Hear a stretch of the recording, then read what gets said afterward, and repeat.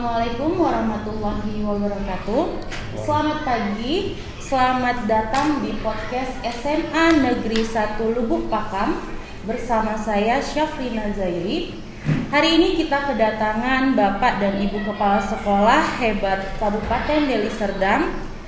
Nah, hari ini kita akan berbincang-bincang terkait program unggulan kepala sekolah yang terintegrasi terhadap pembelajaran mendalam.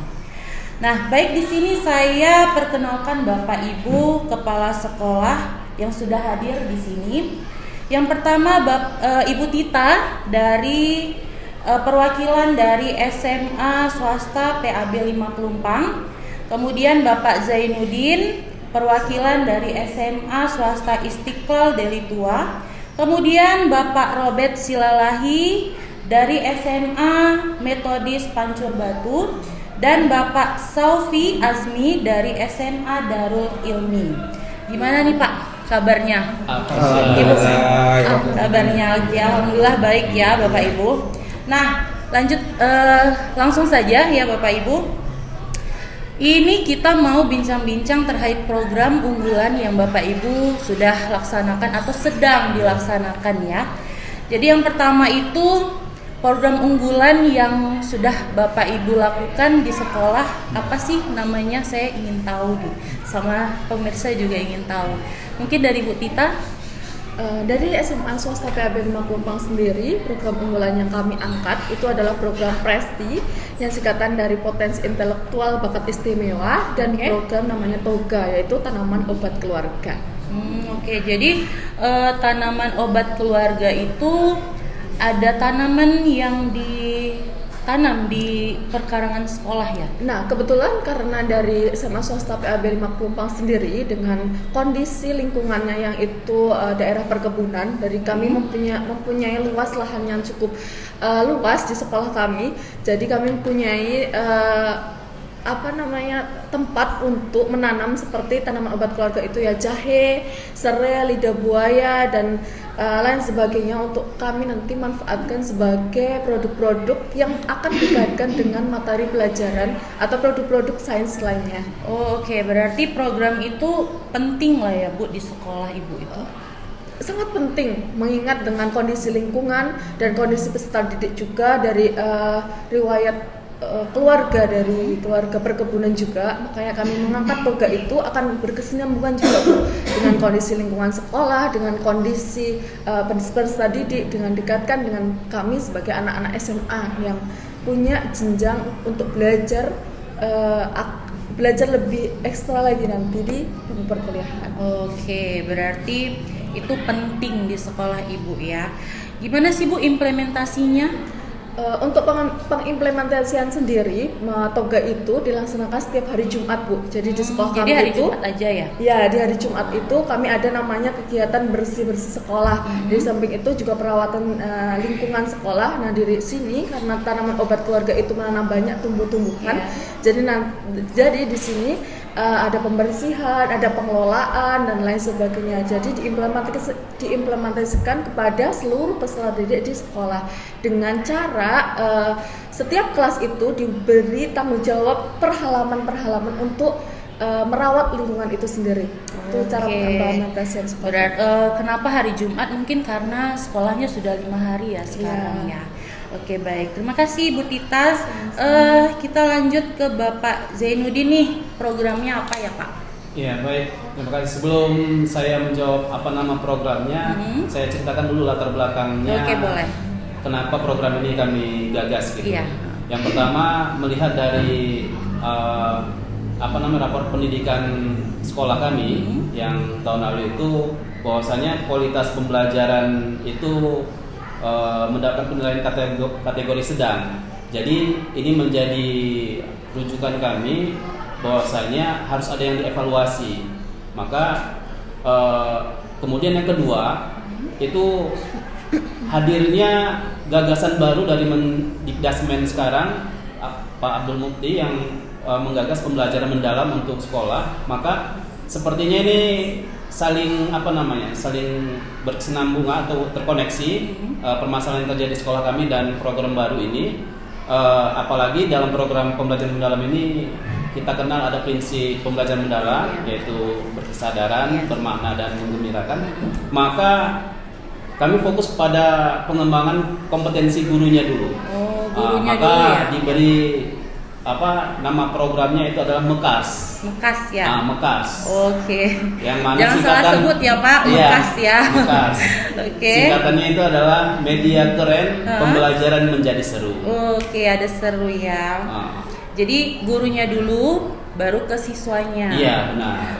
Berarti kalau MEKAS tadi penting dong ya kan Pak di sekolah jelas, Bapak itu? Jelas, makanya kita saat ini masih fokus pada bagaimana guru memanfaatkan teknologi yang saat ini sudah berkembang pesat. Iya, betul.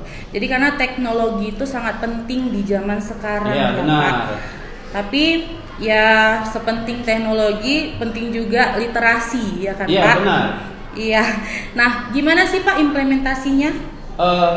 Pertama kami langsung bergerak cepat setelah setelah pelatihan guru pembelajaran mendalam yang diwakilkan oleh 3 guru kami ke sekolah yang ada di Deli Serdang.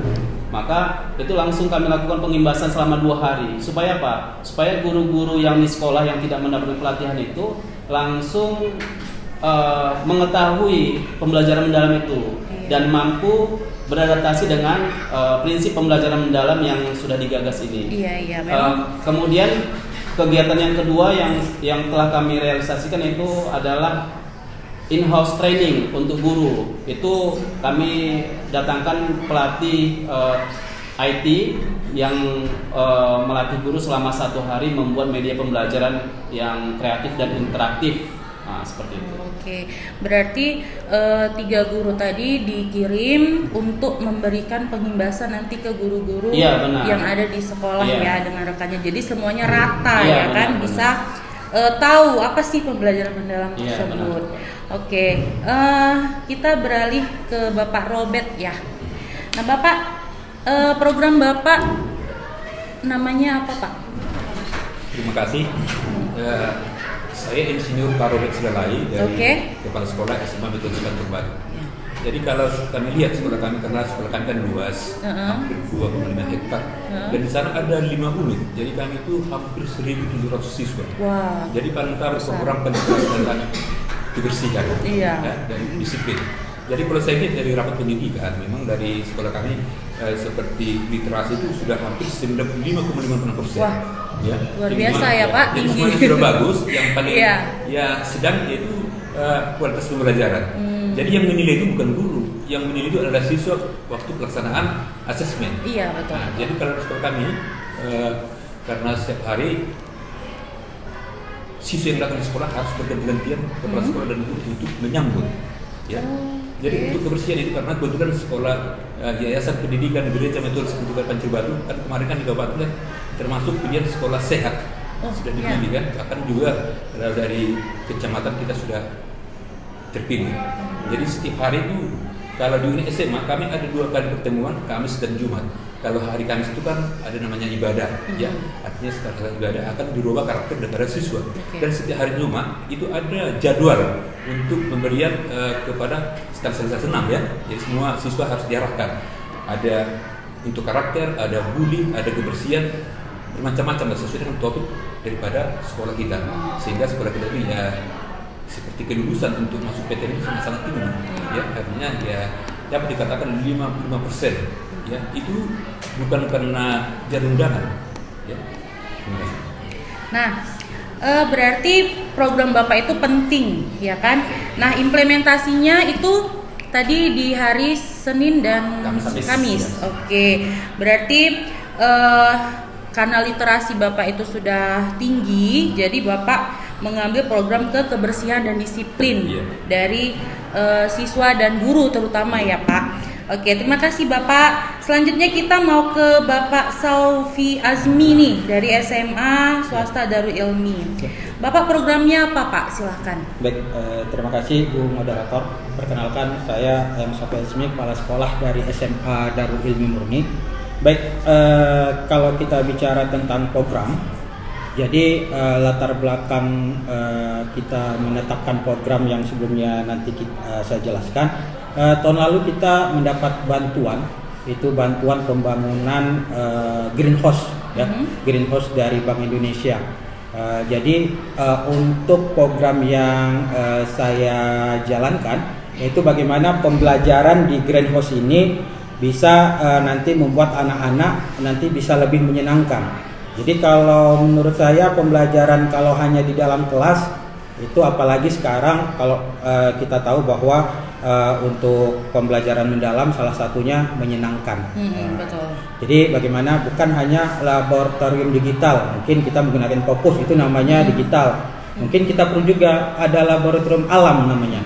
Jadi anak-anak itu kita buat ada pertemuan, jadi integrasinya di mapel pembelajaran tertentu yang nanti terintegrasi dengan mapel yang lain, itu ada pembelajaran di greenhouse seperti itu. Oke, berarti cara mengimplementasikannya itu anak-anak itu bisa belajar di luar, Iya, ya siap. kan Pak? Itu hari apa Pak? Baik. Atau setiap hari?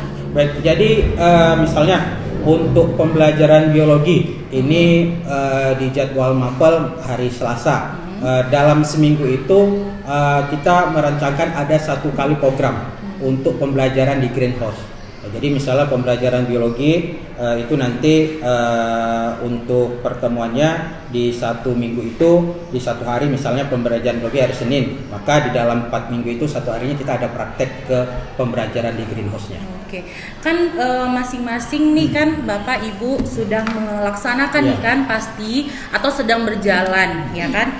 Nah, berarti kita sudah bisa melihat seberapa efektivitas dari program yang sudah Bapak lakukan ya kan, maupun itu sudah selesai atau belum selesai. Kira-kira dampak yang signifikan bisa kita lihat bahwasanya program saya ini efektif gitu, bisa dikatakan berhasil berapa persen gitu, itu gimana? Coba Ibu Tita deh cerita dulu. Oke, kalau dari sekolah kami dampaknya itu lumayan signifikan ya Bu. Dari awalnya yang peserta didik itu belum memunculkan kesadaran antar lingkungan, sekarang mereka sudah peduli terhadap lingkungannya. Terus mereka berani untuk yang awalnya dia tidak tahu ini tuh tanaman apa, untuk apa, mereka udah sadar, udah berani untuk menanyakan, mengetahui, mencari tahu. Nah itu sudah merupakan dampak lah. Udah berapa persen? 50% lah, 50% udah sadar dan berani itu. Terus peserta didik juga udah bertanggung jawab atas apa yang dimiliki, karena tadi kan berkotak-kotak atau di kelas itu ada bagian lahannya, mereka udah bertanggung jawab, udah merawat tanamannya itu, sehingga dari sekolah kami sekitar 50% lah sudah memiliki dampak. Oke, karena masih panjang ya Bu, jadi iya. 50 itu sudah cukup ya, ya. karena kami baru berjalan 3 bulan juga Bu, iya, jadi iya. kami masih proses lah untuk menanamkan itu. Iya ya, gimana Pak Zainuddin? Oke, kalau dari saya pertama ya ketika Monef ya ke guru-guru merasa terbantu dengan pelatihan-pelatihan atau program vokasi ini kepada guru, ya insya Allah ini akan terus dikembangkan dan ditingkatkan lagi supaya tahun-tahun kedepannya kami sudah punya bank media yang bisa dipergunakan kapanpun. Oke. Bapak Robert gimana? Berapa Baik. persen Pak? Jadi setelah kita mempelajari untuk pembelajaran mendalam itu dan sudah selesai waktu 3 hari selama workshop itu, dan dia sudah sampaikan kepada siswa, ya sudah berjalan baik, sudah hampir 80%. Wah, Memang luar masih biasa. ada juga beberapa siswa ya agak artinya ya mungkin belum berkesadaran. Iya, Maka iya. tujuan daripada pembelajaran mendalam adalah supaya bermakna, kesadaran dan bergembira. Iya, betul. Tetap kita menghimbau, jadi kita Iya. tidak bosan-bosannya bagaimana supaya siswa itu ya tahulah kebersihan, tahu disiplin dan semangat belajar itu. Iya, tinggi juga ya Pak, sudah mulai tercapai 100% ya. Gimana Bapak Saufi? Baik, jadi kalau hanya satu nih Bu, bahwa setelah kami lakukan, siswa-siswa menyenangkan dalam pembelajaran. Jadi pelajaran mendalam di sekolah kami itu bisa terbukti sampai saat ini. Mungkin itu saja yang bisa saya sampaikan. Oke, terima kasih Bapak Ibu atas waktunya ya berbagi praktik baik pembelajaran mendalam. Semoga kita berjumpa di lain kesempatan ya Bapak Ibu. Sehat selalu Bapak Ibu hebat. Jadi program yang sudah atau sedang dilakukan sekolah Bapak Ibu sudah hampir tercapai keberhasilannya. Semoga konsep pembelajaran mendalam dapat terus dan selalu kita terapkan ya Bapak Ibu. Terima kasih. Assalamualaikum warahmatullahi wabarakatuh. Waalaikumsalam warahmatullahi wabarakatuh.